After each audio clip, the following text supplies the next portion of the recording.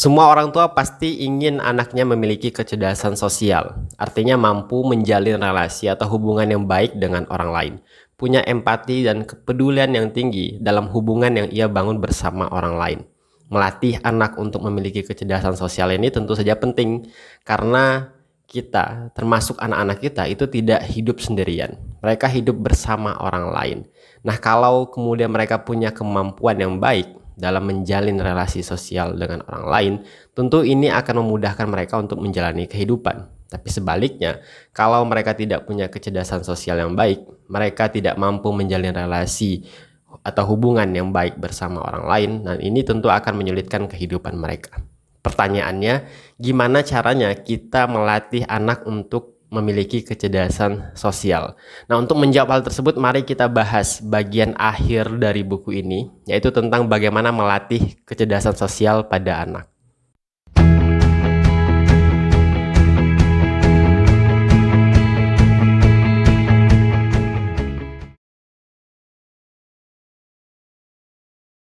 Nah, hal yang bisa kita lakukan sebagai orang tua untuk melatih kecerdasan sosial pada anak, sebagaimana yang dibahas dalam buku ini, adalah yang pertama itu ini pondasinya ya, ini dasarnya, yaitu meningkatkan keseruan atau kehangatan di dalam keluarga.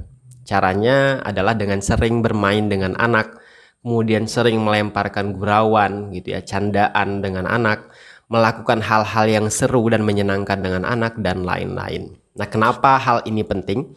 Karena dari hal inilah, dari kehangatan yang kita bangun bersama anak, gitu ya, lewat permainan, lewat candaan, itu anak nantinya akan merasakan bahwa yang namanya menjalin hubungan, menjalin relasi itu bisa saling menguatkan, bisa saling berbagi kasih sayang, bisa saling memberikan manfaat, dan bisa mendatangkan atau memberikan kepuasan. Nah, dengan begini, mereka nanti tidak hanya punya hubungan yang baik atau yang kuat, yang hangat dengan orang tuanya, dengan keluarganya, tapi juga nantinya mereka gitu ya, dari pelajaran ini mereka nanti berani menjalin hubungan dengan orang lain. Dan kemudian tahu bahwa yang namanya hubungan itu bisa dibangun dalam suasana yang sehat dan positif, sebagaimana yang pernah mereka dapatkan di awal-awal kehidupan mereka bersama keluarganya. Nah, jadi relasi yang kita bangun bersama anak di awal-awal kehidupannya ini bisa menjadi model atau contoh tentang suatu hubungan yang nantinya bisa mereka bangun di kehidupan mereka berikutnya. Kedua, hal yang bisa kita lakukan untuk melatih kecerdasan sosial pada anak adalah dengan melatih anak untuk menyelesaikan konflik dengan sudut pandang dalam tanda kutip kita. Nah, kenapa? Karena yang namanya menjalin relasi dengan orang lain itu pasti ada konfliknya. Oleh karena itu, anak harus punya skill atau keterampilan untuk mengatasi konflik dengan cara yang sehat dan efektif. Nah, skill atau keterampilan itu bisa dibangun dengan beberapa cara.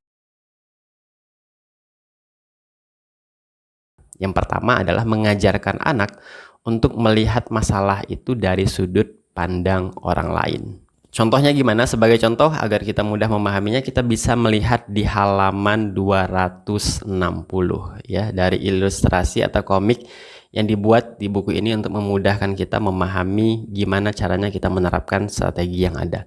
Nah, di sini adalah kasusnya ada seorang anak perempuan yang kemudian mengadukan masalahnya dari konflik yang dia alami bersama adiknya kepada ibunya. Jadi dia mengadu kepada ibunya. Kata si anak perempuan, "Ibu, adikku yang bernama Mark itu memanggilku bodoh." Nah, apa yang dilakukan oleh ibunya? Yang dilakukan oleh ibunya tidak menyalahkan adiknya atau kakaknya, ya. Tapi yang dilakukan adalah menanyakan, menurutmu kenapa dia bilang begitu?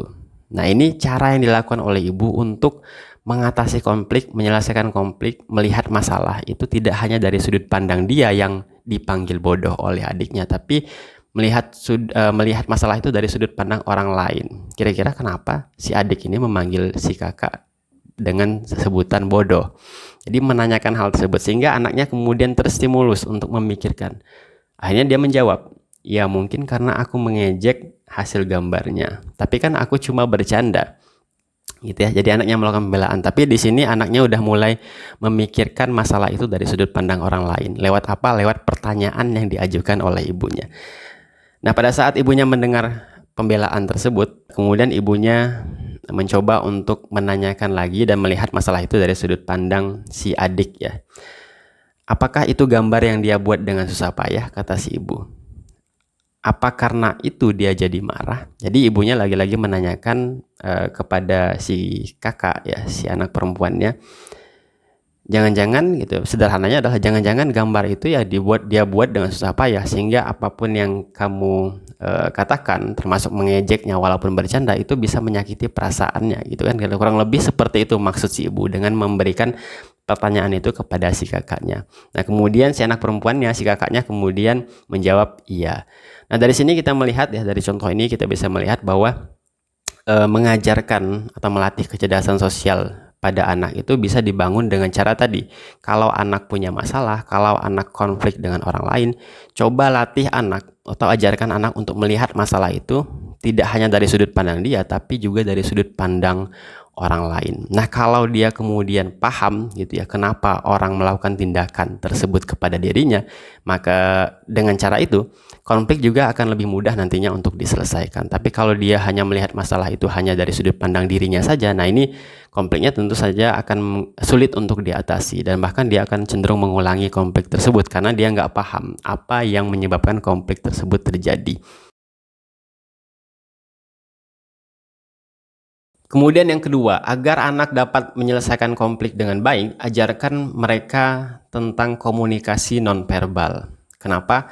Karena dalam sebuah relasi, dalam sebuah hubungan, orang lain itu tidak hanya mengkomunikasikan sesuatu, itu lewat komunikasi yang sifatnya verbal, lewat ucapan lisan. Tapi juga komunikasi yang sifatnya nonverbal, seperti ekspresi wajah, gestur, helaan napas, tatapan mata, dan lain-lain. Nah, kalau anak paham tanda-tanda yang bersifat nonverbal ini, maka akan mudah bagi mereka untuk menyesuaikan diri dengan orang yang ada di hadapan mereka. Nah, kalau mereka kemudian dapat menyesuaikan diri dengan baik dengan orang lain, konflik tentu saja tidak hanya mudah diatasi, tapi juga dapat dicegah. Yang ketiga, dalam mengatasi konflik, ajarkan anak untuk menebus kesalahannya setelah konflik. Kenapa? Karena yang namanya menyelesaikan konflik itu kadang-kadang tidak cukup hanya sekedar perkataan atau permohonan maaf. Kadang-kadang anak harus memperbaiki barang temannya yang dia rusak, kemudian membereskan barang-barang yang dia berantakin, mengembalikan barang yang dia ambil, dan lain-lain. Jadi kadang-kadang ada konflik yang untuk menyelesaikannya itu tidak hanya cukup dengan perkataan atau permohonan maaf, tapi juga harus dengan tindakan-tindakan tertentu. Nah, dengan cara ini kita melatih anak untuk menunjukkan kepada temannya atau menunjukkan kepada orang lain bahwa mereka itu serius ingin menyelesaikan konflik. Menunjukkan bahwa mereka itu peduli dan memikirkan perasaan orang lain dalam konflik yang ingin dia selesaikan. Nah, agar anak dapat menebus kesalahannya setelah konflik, lagi-lagi kita melihat bahwa empati menjadi hal yang penting.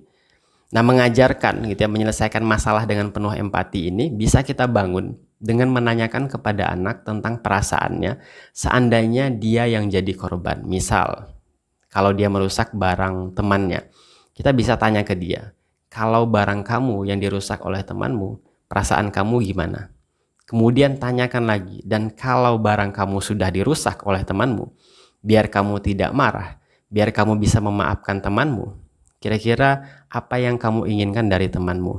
Nah, dengan cara ini, dengan melemparkan pertanyaan ini, kita menstimulus anak untuk memikirkan kira-kira bagaimana menyelesaikan konflik tersebut dari sudut pandang orang lain. Nah, jadi dengan cara ini kita membuat empatinya jalan saat anak itu menyelesaikan konflik tersebut. Oke, itu saja ngomongin buku Dan Siegel kali ini. Sampai jumpa lagi di ngomongin buku berikutnya. Terima kasih.